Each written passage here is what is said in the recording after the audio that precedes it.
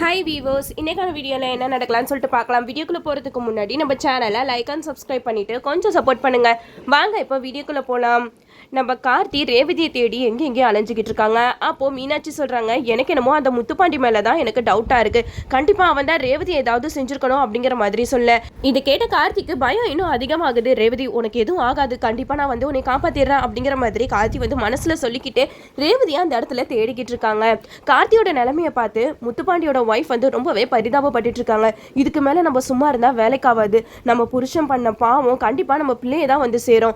அதனால நம்ம எப்படியாவது இந்த தம்பிக்கிட்ட உண்மையை சொல்லிடுவோம் அப்படின்னு சொல்லிட்டு கார்த்திகிட்ட போயிட்டு சொல்கிறாங்க. எப்பா கார்த்தி, உன்கிட்ட ஒரு முக்கியமான விஷயம் சொல்லணுப்பா.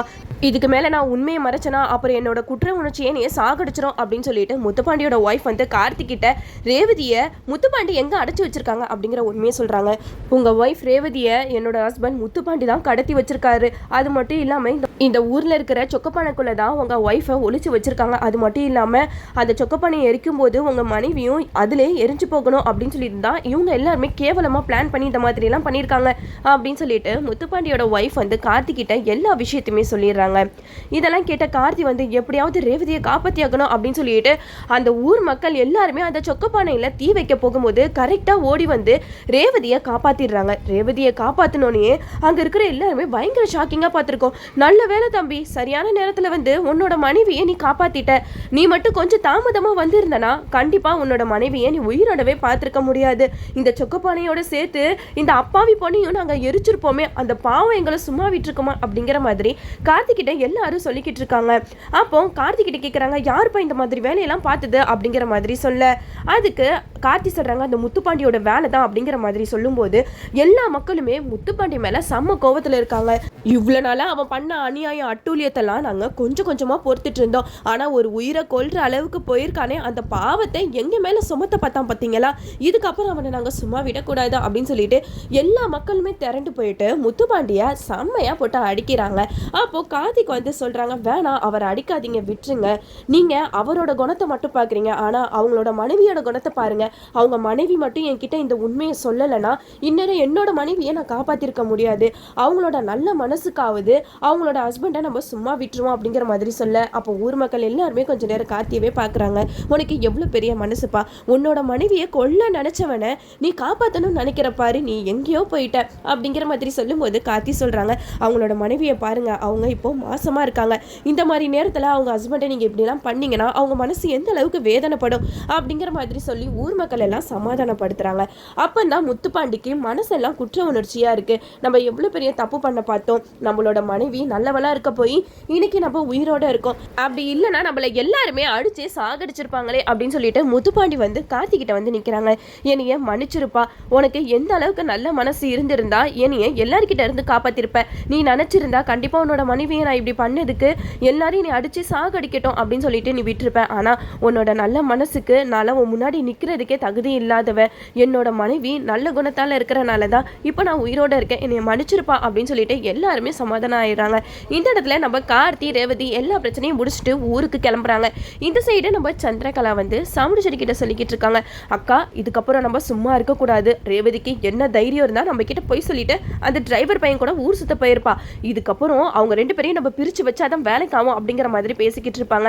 அப்பதான் ரேவதி கார்த்திக் ரெண்டு பேருமே வருவாங்க. அப்போ சாமுண்டீஸ்வரி ரேவதி கிட்ட சொல்றாங்க, ரேவதி அங்கே நில்ல அப்படிங்கிற மாதிரி சொல்ல, அதுக்கு ரேவதி கேட்பாங்க, என்னாச்சுமா இப்போ என்ன பிரச்சனை அப்படிங்கிற மாதிரி கேட்க, அதுக்கு சாமுண்டீஸ்வரி சொல்றாங்க, என்ன தைரியம் இருந்தா இவன் கூட நீ ஊர் சுத்த போயிருப்ப அப்படிங்கிற மாதிரி கேட்க, அதை கேட்ட ரேவதி சொல்றாங்க, என் புருஷன் கூட வெளியில போறதுக்கு நான் யாரை கேட்கணும் அப்படிங்கிற மாதிரி சொல்ல, அதுக்கு சாமுண்டீஸ்வரி சொல்றாங்க, இங்க பாரு கோர்ட்டோட ஆர்டர்னால தான் இவனை நான் இங்க 6 மாசம் இருக்கிறதுக்கு ஒத்துக்க வச்சிருக்கேன், இவன் கூட ஊர் சுத்துறதுக்கு இல்ல அப்படிங்கிற மாதிரி சொல்ல, இதை கேட்ட சந்திரா சொல்றாங்க, அப்படி சொல்லுக்கா, இப்படியே நம்ம ரேவதியை விட்டோம்னு நினைச்சுக்கோ அவ்வளவுதான் அப்படிங்கிற மாதிரி சொல்ல, அதுக்கு ரேவதி சந்திரா கிட்ட சொல்றாங்க, சித்தி நீங்க கொஞ்சம் அமைதியா இருங்க, உங்களுக்கு இதை பத்தி பேசுறதுக்கு எந்த தகுதியுமே இல்லை, இது என்னோட வாழ்க்கை, நான் என்ன முடிவெடுக்கணுமோ அதை தான் நான் முடிவெடுத்திருக்கேன் அப்படிங்கிற மாதிரி சொல்ல, இதை கேட்ட சந்திரா சொல்றாங்க, பாத்தியாக்கா என்ன தைரியம் இருந்தா நம்மளையும் எதிர்த்து பேசுவா அப்படிங்கிற மாதிரி சொல்லிக்கிட்டு இருக்காங்க. அதுக்கு சாமுண்டீஸ்வரி சொல்றாங்க, என்ன ரேவதி சின்ன வயசுல இருந்து உன்னை தூக்கி வளர்த்தவாவ, அவளை இப்படியே எதிர்த்து பேசுவியா அப்படிங்கிற மாதிரி கேட்க, அதுக்கு ரேவதி சொல்றாங்க, அம்மா அவங்க எங்களை தூக்கி வளர்த்தாங்கல்ல,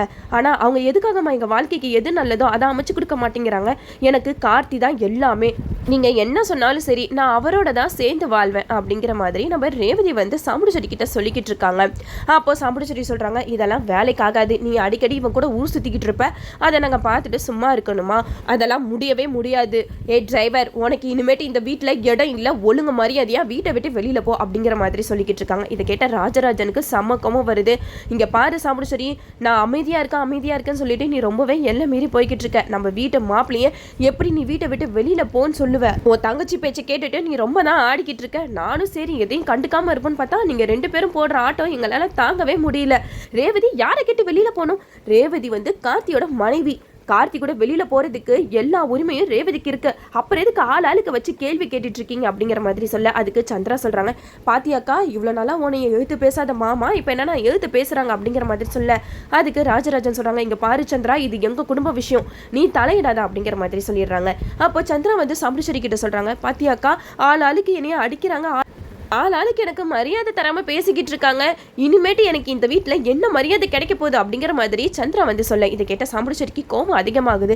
இங்கே பாருங்க, இந்த வீட்டில் யார் என்ன நினைச்சாலும் சரி, அந்த கார்த்தி பையன் இந்த வீட்டில் இருக்கவே கூடாது, ஒழுங்கு மரியாதையாக வெளியில் போ அப்படிங்கிற மாதிரி சொல்லிக்கிட்டு இருக்காங்க.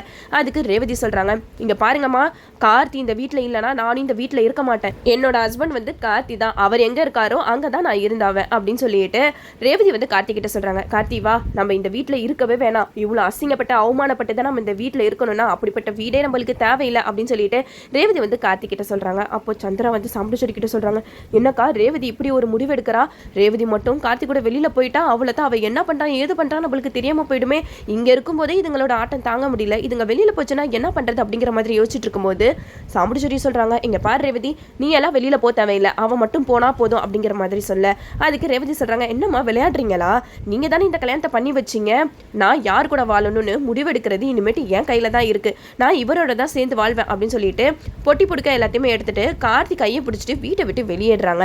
இதெல்லாம் பார்த்துட்டு சாமுடிச்செடி தடுத்து நிறுத்துறாங்க. ரேவதி அம்மா சொல்றது கேள்வி, எங்கேயும் போகாதா அப்படிங்கிற மாதிரி சொல்ல, ஆனா நம்ம ரேவதி வந்து யார் பேச்சையும் காதுல வாங்காம கார்த்தி கையை பிடிச்சிட்டு வா கார்த்தி நம்ம பாட்டி வீட்டுக்கு போலாம் அப்படின்னு சொல்லிட்டு ரேவதி கார்த்தியை கூட்டிட்டு அவங்க பாட்டி வீட்டுக்கு போறாங்க. இதெல்லாம் பார்த்துட்டு சந்திரா சாமுடிச்செடி 2 பேருக்குமே சமக்கமும் வருது. சந்திராக்கு என்ன பண்றதுன்னே தெரியல, என்னக்கா நம்ம ஒண்ணு நினைச்சா இங்க ஒண்ணு நடக்குது, இப்போ ரேவதி மட்டும் கார்த்தி கூட போயிட்டா அவ்வளவுதான், நம்ம நினைச்சதெல்லாம் நடக்காம போயிடுமே அப்படின்னு சொல்லிட்டு சந்திரா ஒரு பக்கம் மனசுல குமுறுக்கிட்டு இருக்காங்க. இந்த சைடு நம்ம கார்த்தி ரேவதி 2 பேருமே பாட்டி வீட்டுக்கு போயிடுறாங்க. அப்போ சந்திரா வந்து சாமுடிச்செடி கிட்ட சொல்றாங்க, இங்க பாருக்கா, இதுக்கப்புறம் நம்ம சும்மா இருக்கக்கூடாது, ரேவதி நம்ம வீட்டு பொண்ணு, நம்ம போயிட்டு ரேவதியை பிடிச்சி இழுத்துட்டு வர வேண்டியதான் அப்படின்னு சொல்லிட்டு சாமுடிச்செடி கிட்ட சொல்றாங்க. சாமுடிச்செடியும் சந்திரா பேச்சை கேட்டுட்டு, வா சந்திரா, இதுக்கு மேல அதுங்களை தனியா விட்டு வச்சா அதுங்க என்ன பண்ணுங்கன்னே தெரியாது அப்படின்னு சொல்லிட்டு 2 பேருமே பரமேஸ்வரி பாட்டி வீட்டுக்கு போயிட்டு ரேவதியை கூட்டிட்டு வர போறாங்க. அங்க போயிட்டு நம்ம ரேவதி கார்த்திக்கு என்ன மாதிரி எல்லாம் சாமுடிச்செடிக்கு பதிலடி கொடுக்க போறாங்கன்னு சொல்லிட்டு நம்மளும் பொறுமையா வெயிட் பண்ணி பார்ப்போம். ஓகே வியூவர்ஸ், இந்த வீடியோ உங்களுக்கு பிடிச்சிருந்தா லைக் பண்ணுங்க, மறக்காம நம்ம சேனலை சப்ஸ்கிரைப் பண்ணிருங்க.